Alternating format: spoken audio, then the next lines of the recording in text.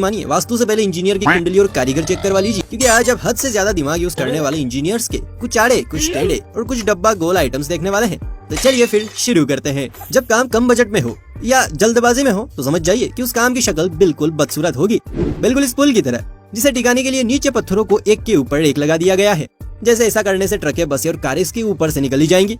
Cycle वाला भी 10 बार सोचेगा कहीं मरमरा गया तो मेरी लुगाई का क्या होगा। भारतीय महिलाओं की एक सबसे बड़ी खासियत है स्कूटी को पैरों से रोकना। अब ये ड्राइवर जी भी अपनी प्यारी बहन के साथ रह रहकर ये कला सीख गए हैं।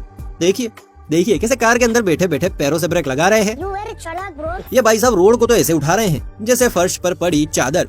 शायद सीमेंट, चंबल और रोड़ी के साथ कारीगर ने चिपकू गम का इस्तेमाल किया था, वरना इतना मजबूत बिस्तर कैसे तैयार होता भला।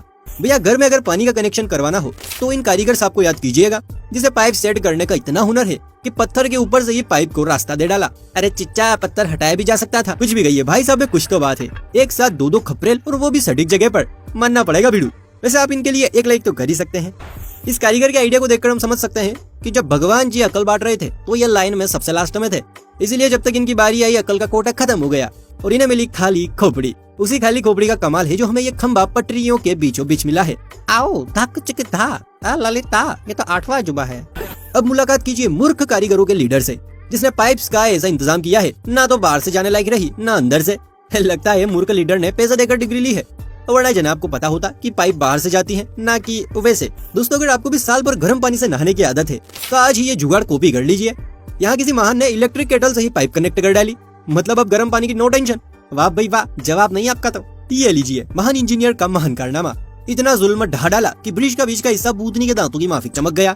अरे दादा, इसमें सीमेंट भरना था, पैसा जेब में स्टोर नहीं करना था। इन गनचक्करों को देख कर अगर आपकी खोपड़ी भी सोच सोच कर बावली हुई जा रही है तो जरा इस कारीगर को देखिए जो टैलेंट और पावर की खदान है खदान। दोस्तों क्या आप भी एक सुंदर सी मस्त सी तड़कती भड़कती फटफटिया लेने के चक्कर में है? अगर आप तो ये लीजिए फटफटिया हाजिर है। जिसको भी पसंद आ रही है फटाफट से कमेंट में उचित दाम लगाएं। क्या पता ये नई गाड़ी आपके जीवन में एक नई लाड़ी भी ले आए, तो जल्दी जल्दी बोली लगाइए।